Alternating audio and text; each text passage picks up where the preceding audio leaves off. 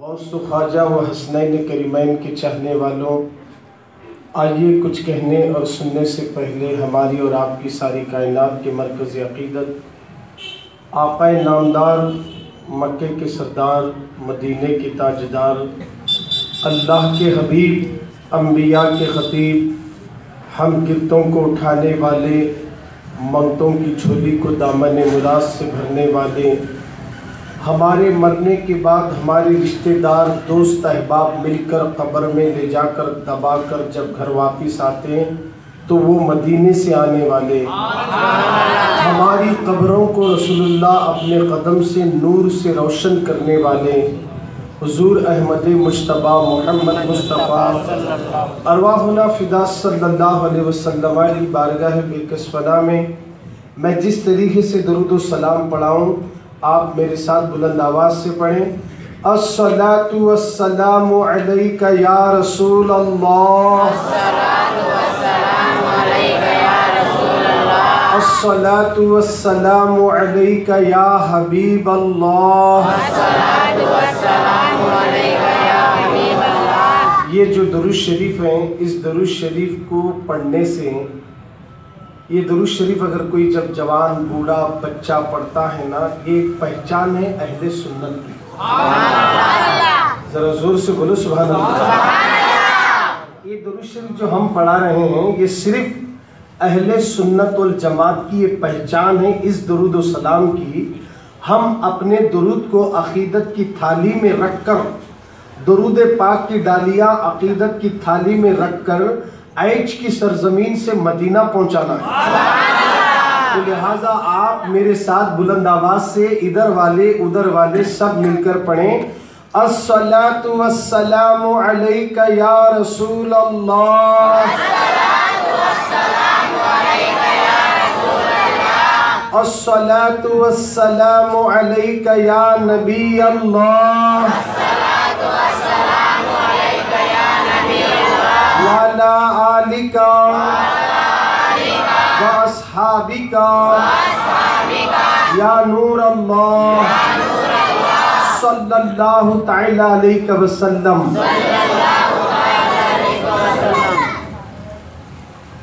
جس آیت کریمہ کی تلاوت کرنے کا میں نے شرف حاصل کیا، خالق کائنات اس کے متعلق مجھے حق کہنے اور آپ تمامی حضرات کو حق سننے کی توفیق عطا فرمائے، آمین بجاہ سید المرسلین صلی اللہ تعالی علیہ وسلم۔ اللہ کا بہت بڑا احسان ہے کہ آج رجب کی 2 تاریخ لگ چکی ہے۔ رجب اللہ کا مہینہ ہے، اس مہینے کی برکتوں کے کیا کہنے، سرکار فرماتے ہیں رجب بیج بونے کا مہینہ ہے۔ اب پہلے رجب کی 2 تاریخ کو ایج والے 1 بیج نہیں، 2 بیج نہیں، کئی بیج بوئے جا رہے ہیں۔ اس کا پھل اور اس کا ثمرہ قیامت کے دن اللہ ہمیں عطا فرمائے گا۔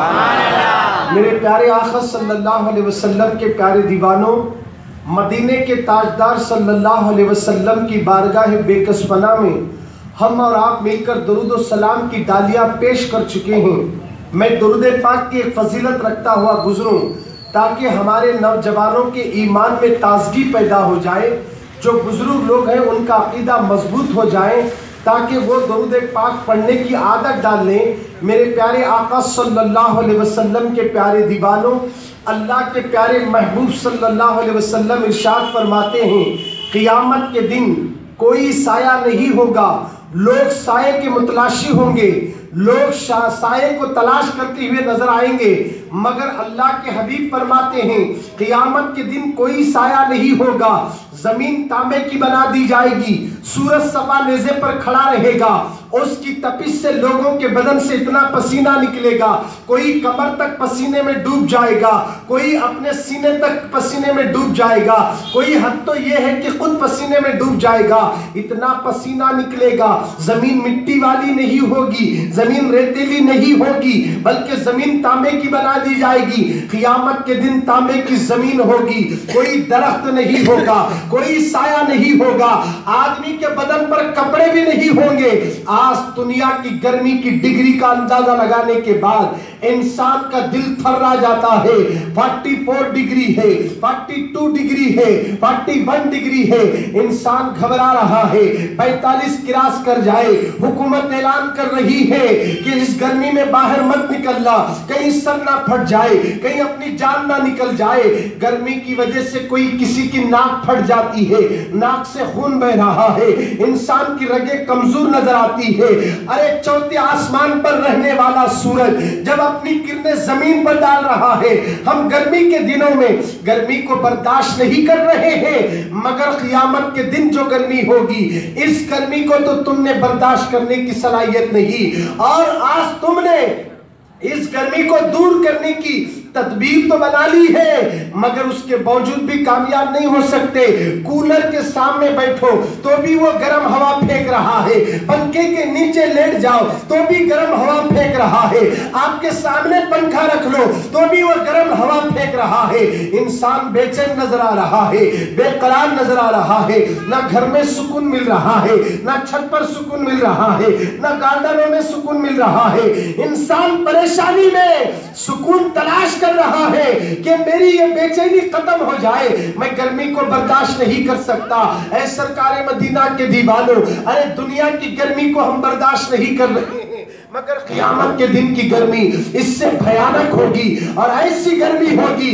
اللہ کے پیارے حبیب فرماتے ہیں کہ یہاں دنیا میں اگر کوئی آدمی سڑک پہ چل رہا ہے, گرمی زیادہ ہے, درخت کے سائے میں جاتا سکون ملتا ہے, مگر وہ درخت کے سائے میں جانے کے بعد اسے اطمینان ملتا ہے. مگر یہاں تو سایہ مل گیا, کسی مکان کے سائے میں کھڑا ہو گیا, مگر سایہ مل گیا, مگر قیامت میں کوئی سایہ نہیں ہوگا, مگر ایک سایہ ہوگا, وہ ہے عرش کا ہوگا.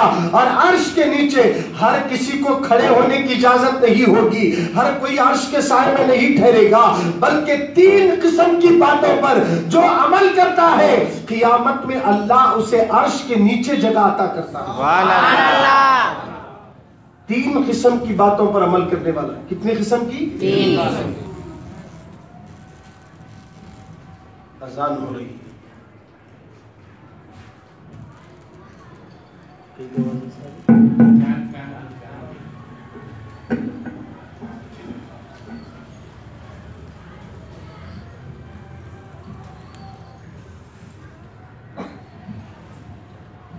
ہمارے پاس بھی اذان ہوگی انشاءاللہ.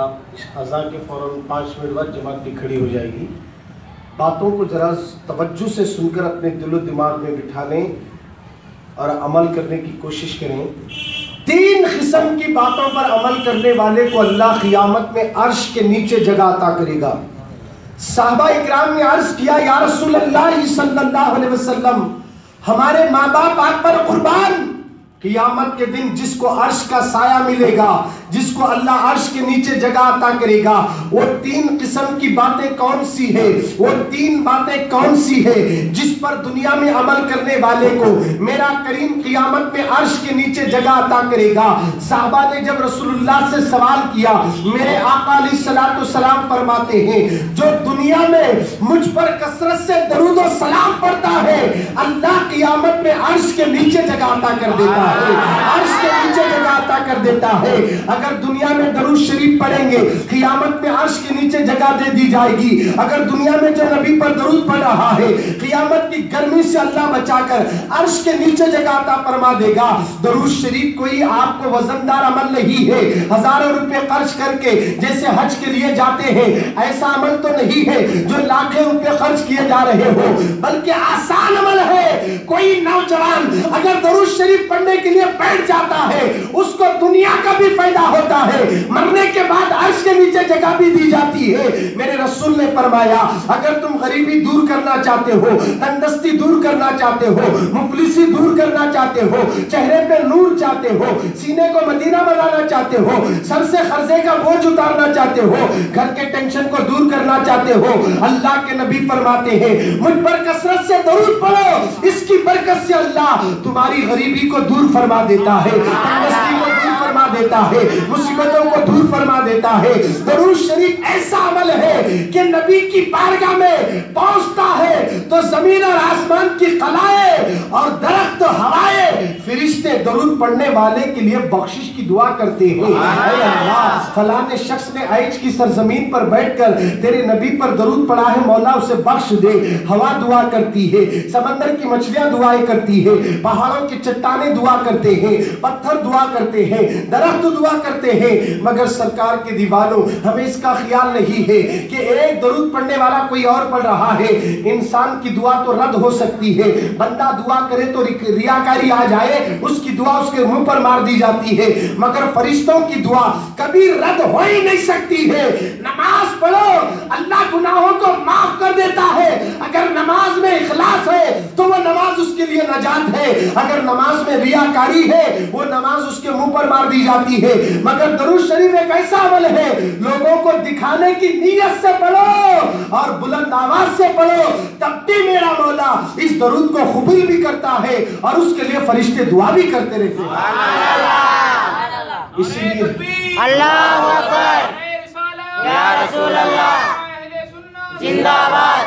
ہمارے حافظ صاحب آپ ادھر تشریف لائیے, حضرت آئیے سامنے آئیے. ماشاءاللہ ماشاءاللہ سبحان اللہ. 3 قسم کی باتوں پر عمل کرنے والے کو اللہ عرش کے نیچے جگہ عطا کرے گا. حضرت ادھر آئیے, آئیے. 3 قسم کی باتوں پر عمل کرنے والے کو اللہ عرش کے نیچے جگہ عطا کرے گا.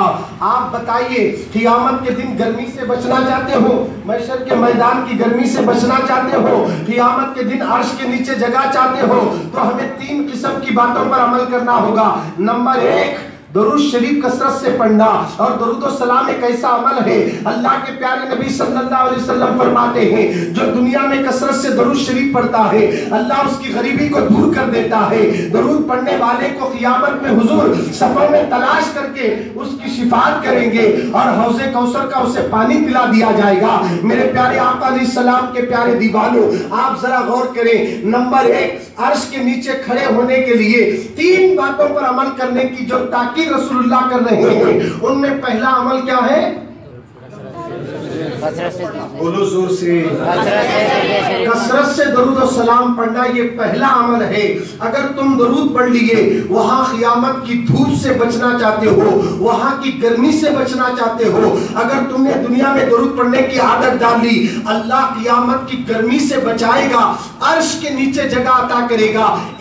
نمبر 1 عمل جو ہے وہ درود و سلام ہے. اور نمبر 2, سرکار فرماتے ہیں, میری امت کی مدد کرنے والا. سبحان اللہ, میری امت کی مدد کرنے والا. بولو زور سے, سبحان اللہ. میری امت کی, کس کی مدد کرنے والا؟ نبی کی امت کی مدد کرنے والا. قیامت کے دن عرش کے نیچے جگہ ملے گی. یہاں لفظ امتی کہا گیا ہے, مومن نہیں کہا گیا, مسلمان نہیں کہا گیا, امتی کہا گیا ہے, کیونکہ اسلام اخلاق کی تعلیم دیتا ہے, اسلام اچھائی کی تعلیم دیتا ہے. ایک دوسرے کی مدد کرنے کے لیے اسلام ہمیں تعلیم دے رہا ہے, ایک دوسرے کی امداد کرنے کا حکم دے رہا ہے. آج کے دور کا مسلمان اپنے مسلمان بھائی کی مدد کرنے کے لیے تیار نہیں. اس لیے رسول اللہ نے عرش کے نیچے اگر جگہ چاہتے ہو تو میری امت کو مدد کرنا ہوگا. جس نے میری امت کی مدد کی ہے, اللہ کی عزت و جلال کی قسم, میرا مولا قیامت میں عرش کے نیچے جگہ عطا فرمائے گا. اگر عرش کے نیچے جگہ چاہتے ہو, امت کی مدد کرنا ہوگا. ایک باپ جس نے اپنے بیٹے کو پیدا کیا ہے, وہ باپ اپنا بیٹا مت سمجھے, یہ تو نبی کا امتی سمجھ لے. اور ایک ماں اپنی اولاد کو جو گود میں بٹھاتی ہے, وہ اپنی اولاد کو اپنا بیٹا نہ سمجھے, بیٹے سے زیادہ یہ تو میرے رسول کا امتی ہے. جس نبی کے صدقے میں بیٹا ملا ہے, یہ تو نبی کا امتی ہے. اللہ اکبر. عزیزان ملت اسلامیہ, آپ ذرا غور تو کرو. آج امت کی مدد کے سلسلے میں آپ کے سامنے کچھ باتیں رکھنا چاہتا ہوں. عرش کے نیچے جگہ جو دی جائے گی, اللہ کے پیارے نبی صلی اللہ علیہ وسلم نے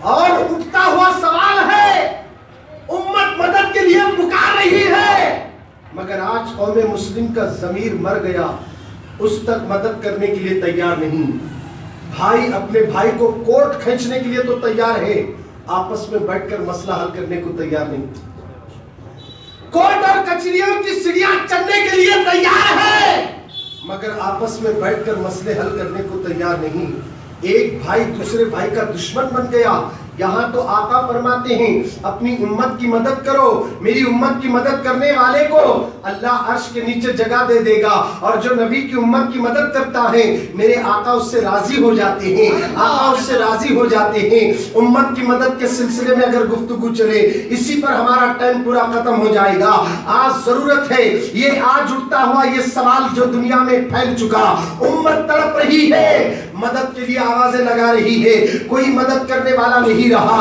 آج اگر خواجہ غریب نواز کا ہم پر احسان نہ ہوتا، آج وہ امت کی مدد کے لیے اپنے شہر سنجر کو چھوڑا، سمرقند کو چھوڑا، اور مدینے اور مکے کی سفر کرنے کے بعد آقا کا دیدار کر کے ہندوستان کی سرزمین پر آئے، امت کی مدد کے لیے آئے، رسول کی امت کی مدد کے لیے آئے۔ کفر و شرک کی وادیوں میں اپنی زندگی کو گزار کر جہنم کے دروازے کھول لینے والوں کو میرے خواجہ نے جنت کا راستہ دکھا دیا، ایک نظر سے 90 لاکھ کافروں کو مسلمان بنا دیا۔ یہ خواجہ دنیا میں تشریف لائے اور انڈیا میں تشریف لائے، اللہ کے گھر میں تشریف لائے، اللہ کے ولی اپنے رب کی بارگاہ میں جا کر بیٹھے، سمرقند کی جامعہ مسجد میں بیٹھ گئے، اور ایسے مقدس ولی، ان کا تفصیل سے میں واقعہ تو نہیں بتاؤں گا، مختصراً امت کی مدد کے سلسلے میں جو میرے غریب نواز نے جتنی امت کی مدد کی ہے وہ کل بھی کرے، آج بھی کر رہے ہیں۔ سبحان اللہ۔ وہ کل بھی امت کی مدد کرے ہیں، آج اگر ہندوستان ٹکا ہے تو غریب نواز کے صدقے میں ٹکا۔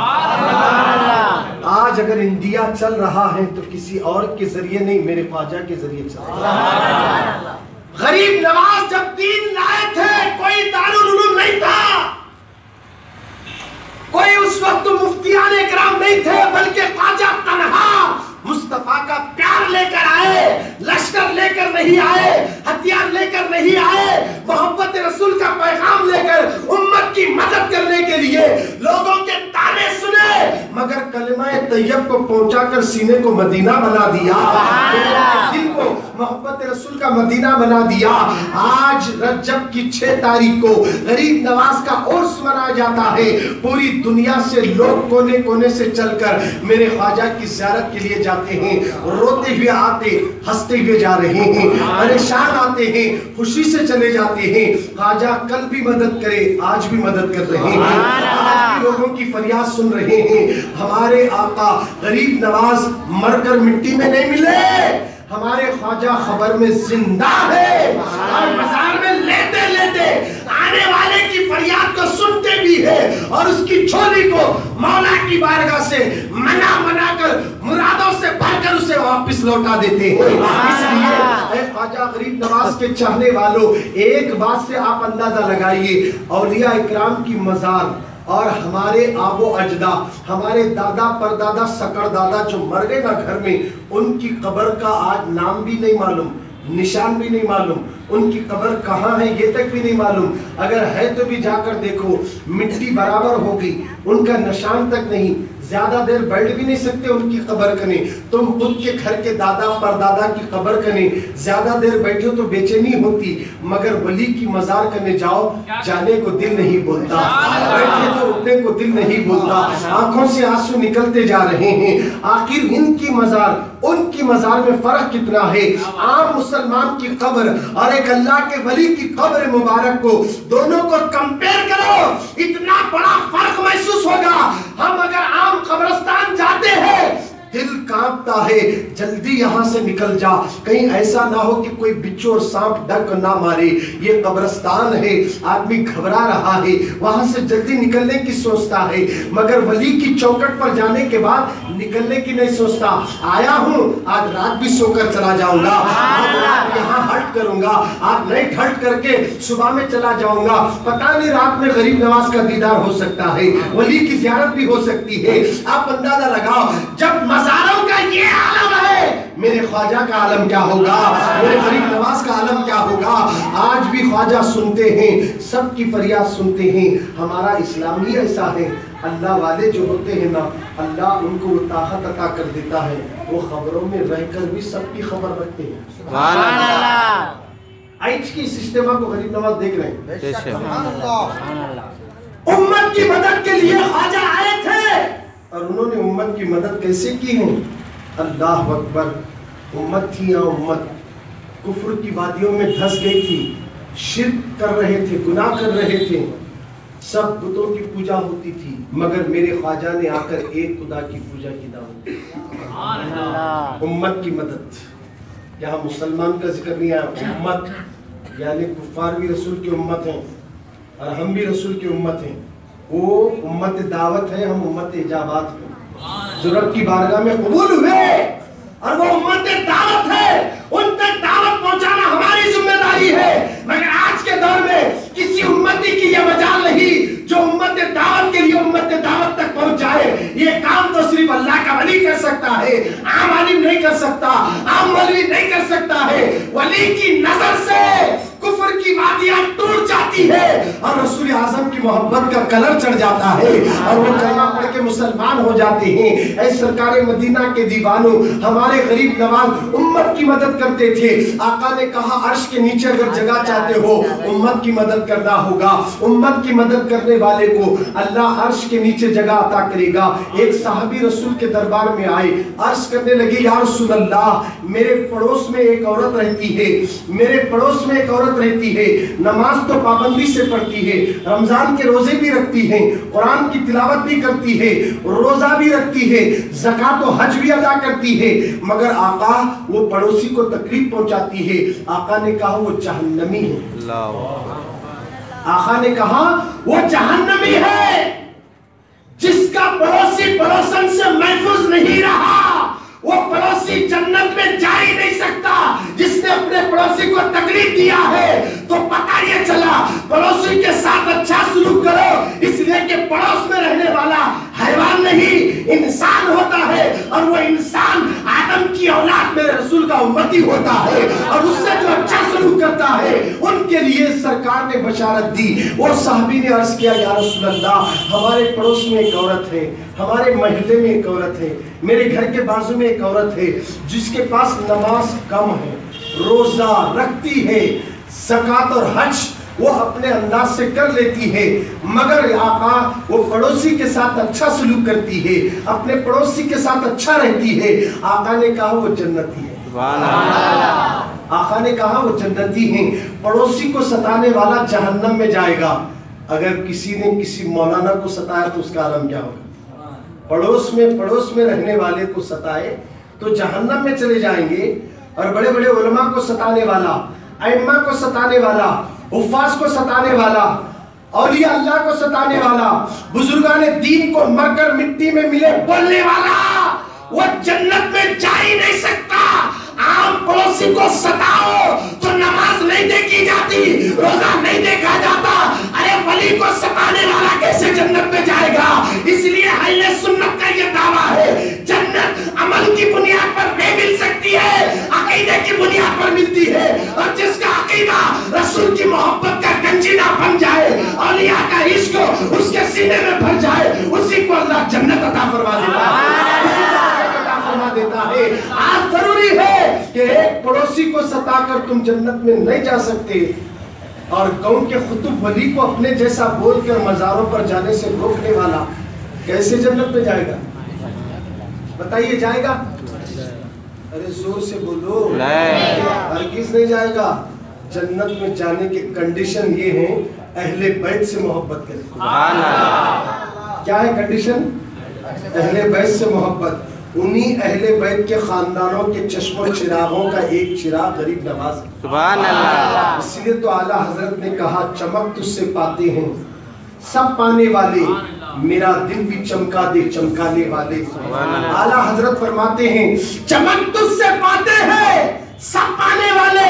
آقا آپ نے ابو بکر کو چمکا دیا تو صدیق بن کر چمکے، فاروق کو چمکا دیا تو عدل و انصاف کے پیکر بن کر چمکے، عثمان کو چمکا دیا تو ذوالنورین بن کر چمکے، علی کو چمکا دیا تو حیدر کرار بن کر چمکے، حسنین کو چمکا دیا، حضرت معصوم اصغر کو چمکا دیا، عباس و قاسم کو چمکا دیا، امام اعظم ابو حنیفہ کو چمکا دیا، غوث اعظم کو چمکا دیا، ہر ایک کو آقا چمکا رہے ہیں، اور سب چمکنے والے جتنے چمک رہے ہیں آقا سے چمک لیتے گئے اور اپنے مقام پر آ کر چمکتے گئے۔ اسی طریقے سے میرے آقا نے کبھی حضرت خواجہ عثمان ہارونی کو چمکا دیا، ہارونی نے اپنے مرید کو لے جا کر مصطفیٰ کے حوالے کر دیا تو غریب نواز کو آقا نے چمکا دیا، اور جب چمکنے لگے تو رسول نے کہا یہ چمک تمہاری انڈیا میں پہنچانا ہے، بھارت کی سرزمین پر جانا ہے، ہندوستان کی سرزمین پر جانا ہے، میرے بیٹے معین الدین وہاں کے لوگوں کو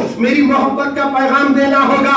ہندوستان کی سرزمین پر دین تو پہلے آیا تھا، تجارت اور بادشاہوں کے ذریعے آیا تھا، مگر اتنا نہیں پھیلا تھا جتنا میرے خواجہ کے آنے سے پھیلا ہے، غریب نواز کے آنے سے پھیلا ہے۔ اس لیے اے غریب نواز کے چاہنے والوں، امت کی مدد کرو۔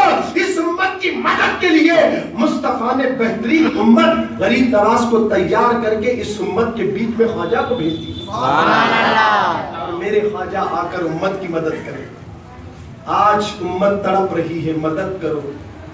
شب معراج میں، اس مہینے میں شب معراج ہے نہیں، 27ویں شب آتی ہے، مولانا بیان کریں گے، ہمارے سید صاحب حافظ صاحب بھی آئے ہیں، انہوں بھی بیان کریں گے اپنی مسجد میں معراج کا تذکرہ۔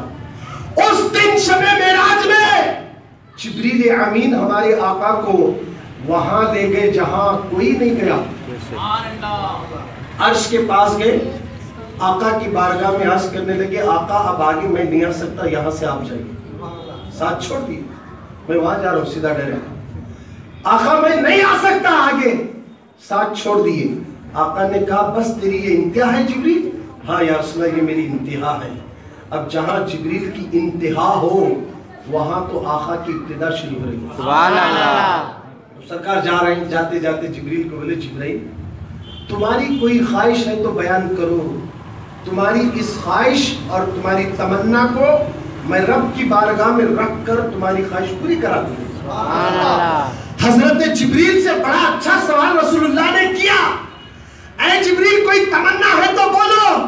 اب میں اللہ کے دربار میں جا رہا ہوں، عرش کے پاس رسول اللہ کو انہوں نے چھوڑ دیا، جبریل سے پوچھا جا رہا ہے اے جبرائیل براق لے کر تم ام ہانی کے گھر آگئے، مکے کی سرزمین سے بیت المقدس تک ساتھ رہے، بیت المقدس سے پہلے آسمان تک ساتھ رہے، پہلے آسمان سے دوسرے آسمان تک ساتھ رہے، دوسرے آسمان سے تیسرے آسمان تک ساتھ رہے، تیسرے سے چوتھے آسمان تک ساتھ رہے، چوتھے سے پانچویں آسمان تک میرے ساتھ رہے، پانچویں سے چھٹویں آسمان تک ساتھ رہے، چھٹویں سے ساتویں آسمان تک ساتھ رہے، ساتویں کے بعد عرش الہی کے پاس آ کر تم نے میرا ساتھ چھوڑ دیا، اب تم میرے ساتھ نہیں آ سکتے، اگر کوئی تمنا ہے تو بولو۔ اب میں وہاں جا رہا ہوں جہاں کسی کی پہنچ نہیں ہے، نہ آدم جا سکے ہیں، نہ یعقوب جا سکے ہیں، نہ موسیٰ جا سکے ہیں، نہ یوسف جا سکے ہیں، نہ یعقوب جا سکے ہیں، نہ ادریس جا سکے ہیں، کوئی نبی نہیں گیا ہے۔ اللہ نے اپنے حبیب کو وہاں بلایا، اور جب جبریل جانے لگے آقا نے کہا بولو جبریل تمہاری تمنا کیا ہے، میں رب کی بارگاہ سے منوا کر لاؤں گا۔